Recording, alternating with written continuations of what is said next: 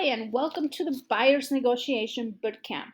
I am Isabel, and today's goal is to equip you with the skills, knowledge, and strategies to negotiate the best possible deal when purchasing a house.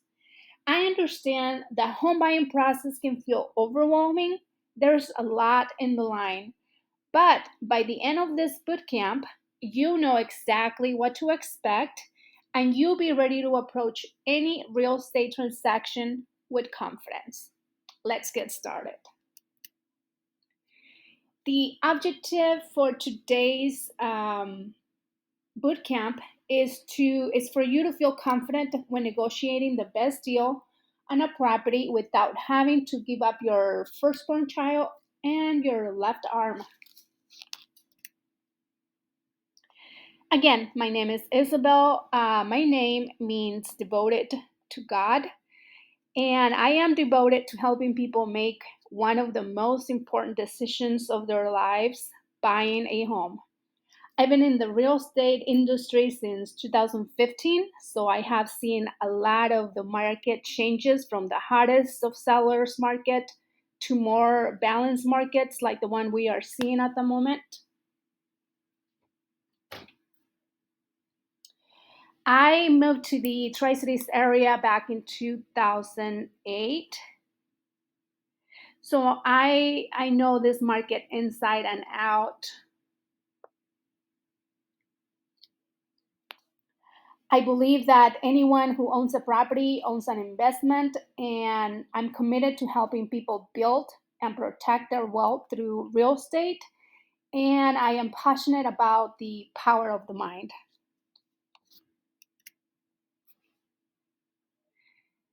Let me tell you about one of my clients. Her name is Thifu. They were a second home buyers. They were purchasing an investment property or their second home, and they were a little bit nervous about getting into a bidding war or not getting their offer accepted. But we worked through a solid plan, negotiated effectively, and not only did they got their offer accepted, but we even secure a lower price and a fence for their brand new home. And this is the kind of win that I want for all of you watching this boot camp today. So before we dive into, let's tackle some of the misconceptions that holds buyers back. And the first one is I shouldn't show my emotions when negotiating. This is a big one. People think that negotiations should be purely transactional, but emotions are a natural part of the home buying process. You are buying a place to live, build memories, and grow your future. That's emotional. It's okay to be emotionally invested as long as we stay strategically. Sometimes making a personal connection with the seller can give you a competitive edge. Sellers often have a emotional tie with their homes, so and they want to feel like their house is going to someone who is gonna love it as much as they did.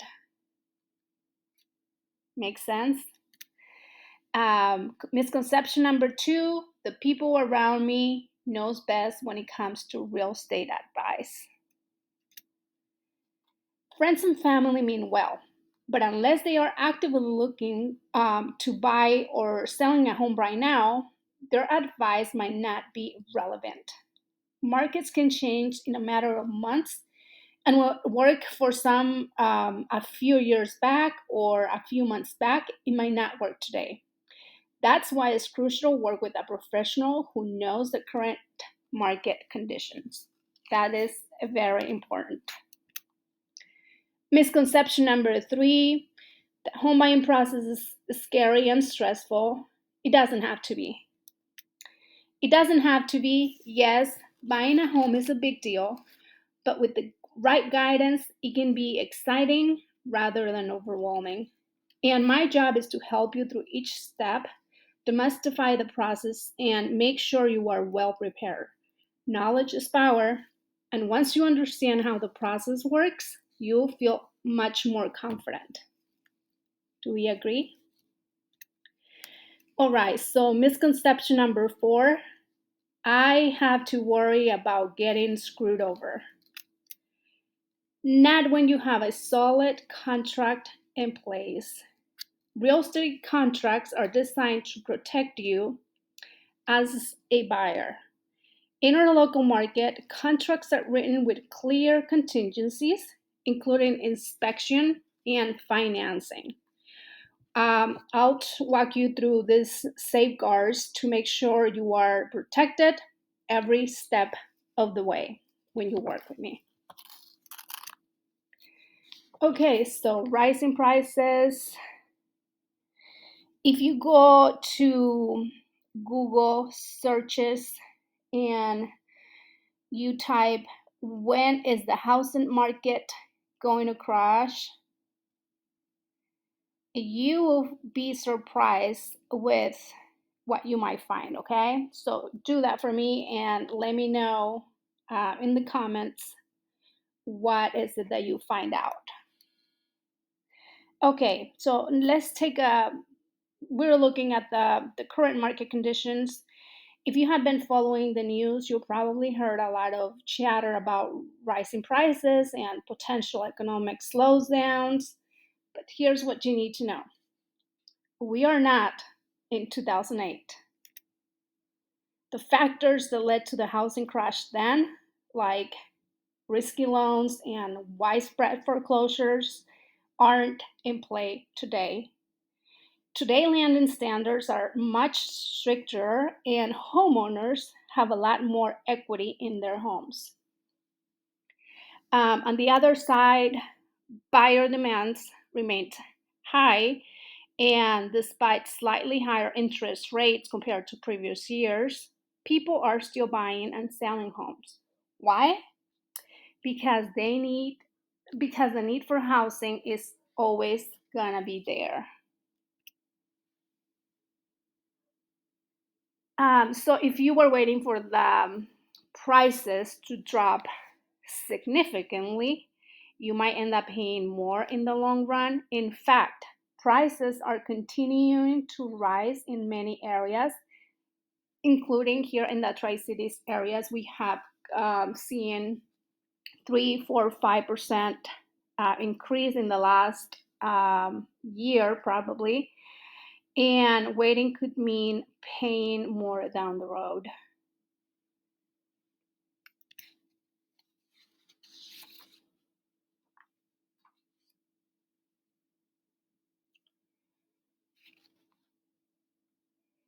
Okay, so the demand is high. There's a shortage in houses that are for sale right now. Yeah, they do stay in the market a little bit longer than they did, let's say, 2 years ago. But for every two houses that were on the market pre COVID, there is only one house right now. And we are not seeing a ton of foreclosures. Um, we are still seeing the shortage of inventory, and that has been going on for the last few years. Okay, so let's talk about the negotiation process now that you know a little bit about the market and the expectations. Let's talk about the negotiation process. This is very important to you. It is a process for every single buyer, and the more you know, the more power you have. Um, the negotiation process is the key to a successful negotiation. The key to a successful negotiation isn't just the price. It's about positioning yourself as the strongest buyer and knowing what to expect on each stage. Here's what we're going to cover today with this. When to start shopping and what to look for in a property, how to write a winning offer and get accepted, negotiating contingencies to protect yourself, and mastering the due diligence period. How to use inspections and appraisals for your advantage. And remember, negotiating isn't just about being combative, it's about creating a win win situation for both the buyer and the seller.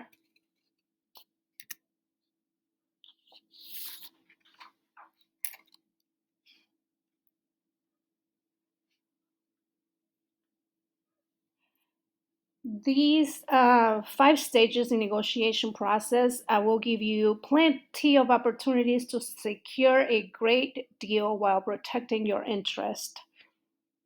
The key is to stay informed, flexible, and always think a few steps ahead.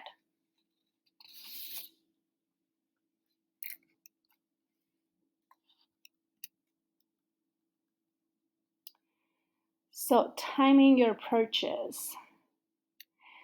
The One of the most important factors in a successful negotiation is timing.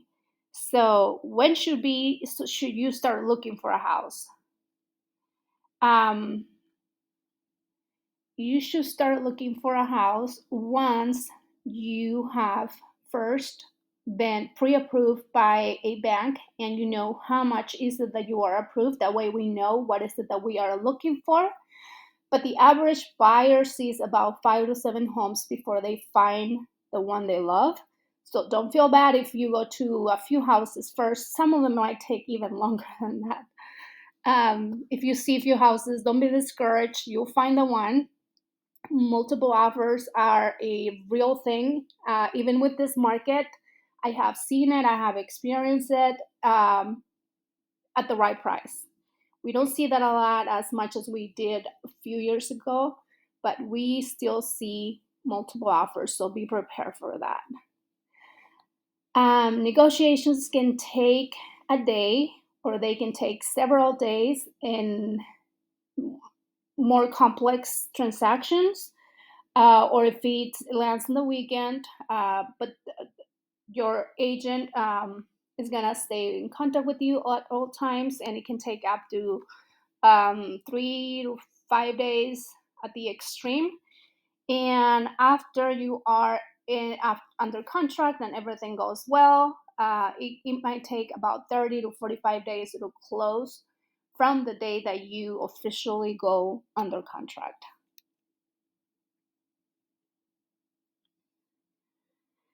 So, how many of you are renters with contracts? Let me know in the comments. I want to know. So, if your concern is because you are currently renting, and one thing you might be concerned is that timing of your lease ending, don't worry, we can plan around that. For example, your first payment isn't due until the month you close. So we can time it perfectly so you don't have to have any overlapping rent and mortgage payments. And if your lease is coming up soon, we can make sure to time your closing accordingly so you have plenty of time to move into your new house without the pressure of the lease ending too soon. We can discuss that later when we are going through the process because it gets a little confusing. So, step zero, get pre qualified. That is the most important one because it's going to set the stage for everything else. Before you even start shopping, the most crucial step is to get pre qualified for a loan, and here is why. One, a pre qualifications, like I mentioned before, is how much you can afford based on your income, your credit, and your score or your credit score, and how much down payment you have. Eh, it helps set a realistic budget, or we know exactly what we're looking for once we are out there looking for a house. Number two, sellers want to know that you are serious and financially prepared. A pre qualification letter shows that you are ready to make an offer, and it gives you a competitive edge when you are up against other buyers. Number three, not all lenders are created equally. I'll connect you with a trusted lenders who can give you a DU desktop underwriting approval, which makes your offer much more stronger than just the basic pre-approval. And remember, being prepared from the beginning sets the stage for easier transactions and negotiations later. So, if you went to the doctor's office with a headache and they threw you in the surgery table without any questions, would you panic? Let me know in the comments. Um, I ask you this because purchasing a home is one of the biggest transactions for most people. And one of the things that we like to do here is have a buyer's consultation, because that is gonna tell us the what is that you were looking for is going to be being productive, and it will help prepare for the process and to help you better represent you during the transaction and understand your wants and your needs. So a buyer consultation is super important. We will have a buyer's consultation in person. We could do it on the phone, or we can do it via Zoom, but we need to have a buyer's consultation, because you don't want to be operated and sent to the surgery table without being questioned, right? So this it's kind of like the same thing, okay?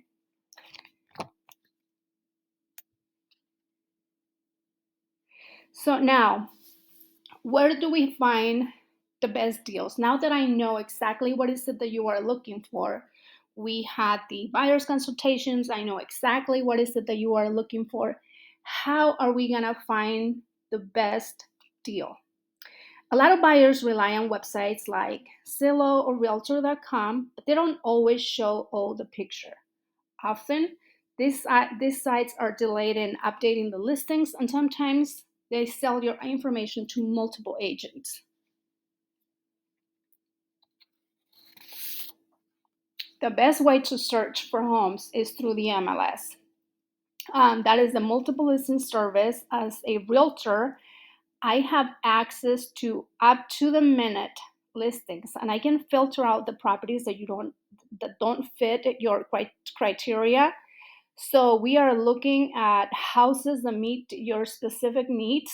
This way, we're not wasting time and we are staying ahead of the other buyers. So this is how we find the houses for you. We will set up a search and you will receive email notifications whenever a house that fits your um, needs, specific needs, comes in the market, and then you can let me know if you want to go see that property. So we also have open houses for sale by owners and new construction.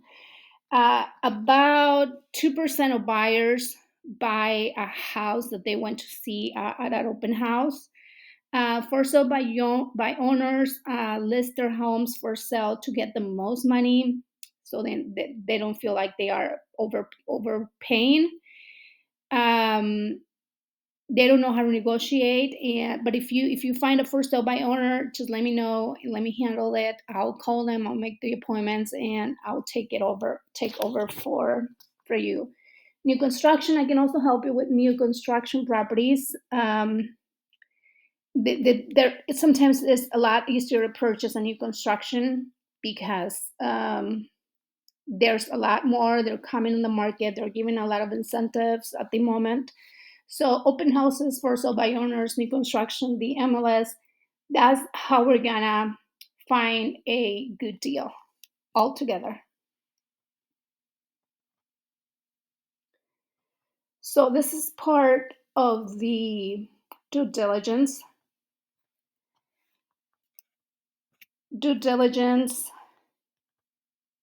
Um, well, during the due diligence, part of it is that we'll get an inspection, but really it starts the moment that you come into the house and you get to see it.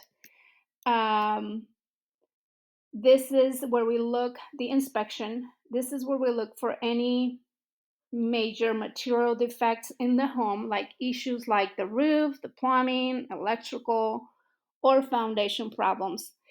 If any red flags come up, we can negotiate a repair credit, or even ask the seller to fix the problem before closing.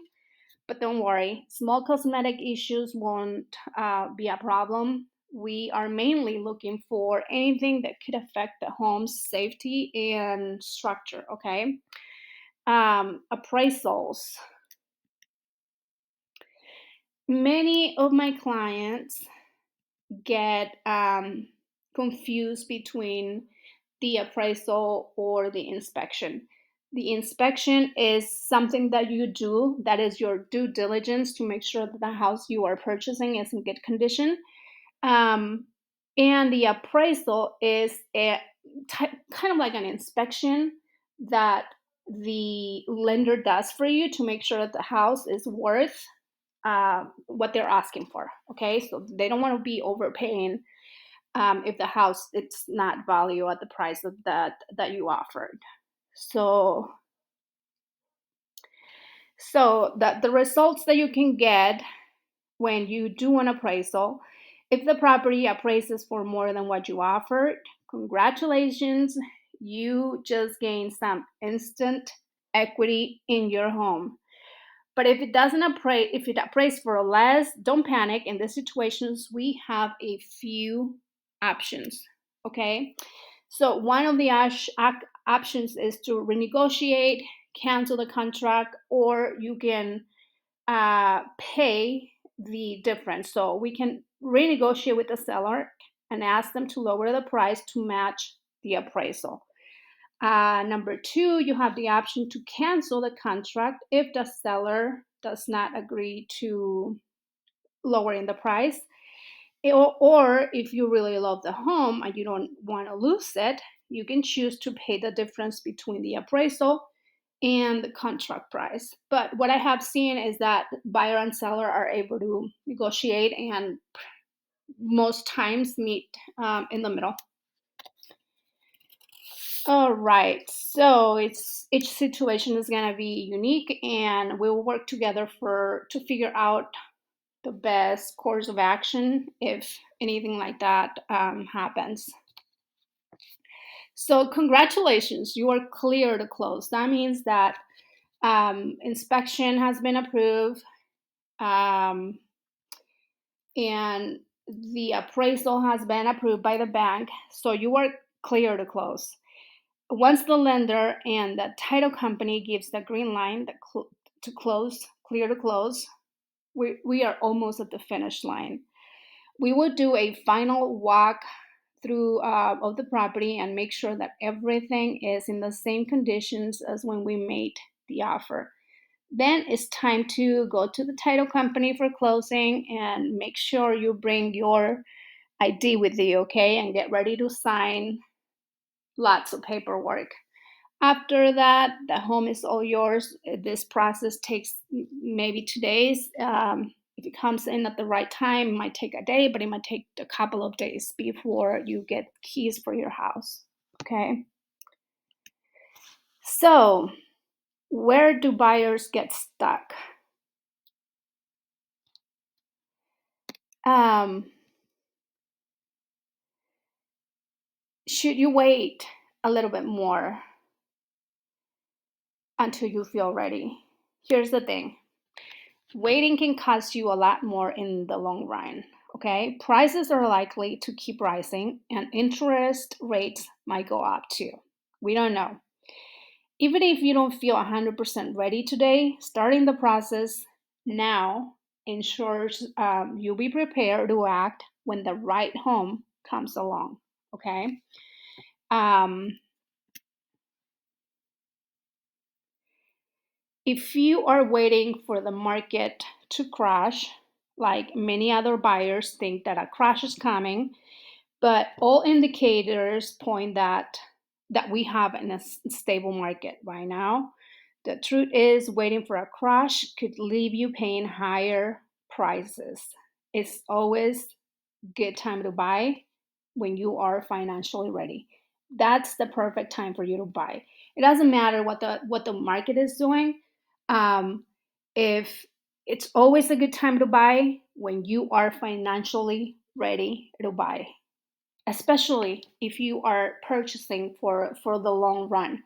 Okay, if you are purchasing for the long run, it doesn't matter what the market is doing right now. If you need to buy and you are ready financially, buy. I don't have enough money saved. This is a misconception. Many buyers underestimate how much assistance is available. By connecting with the lender early, you can explore your options and determine what's possible. You might be surprised to find out you are more ready than what you think. You also find out about programs that are available for you, like down payment assistance or other programs that might be out there for you. But if you don't connect with the lender, you will not know. So, um, today's boot camp has if today's boot camp has made you feel prepared and confident about negotiating your home purchase, let me know with a yes in the comments. And remember, my job is to handle that complexities and guide you every step of the way. When you choose me as your agent, you get someone who's fully dedicated to protecting your interest, negotiating on your behalf, and making sure you get the best possible deal. And having a buyer's consultation is the first step to get there. So do not wait any longer. It can cost you thousands of dollars if you keep on waiting. The first step again is to schedule a consultation so we can get to know you and see what is it that you are looking for.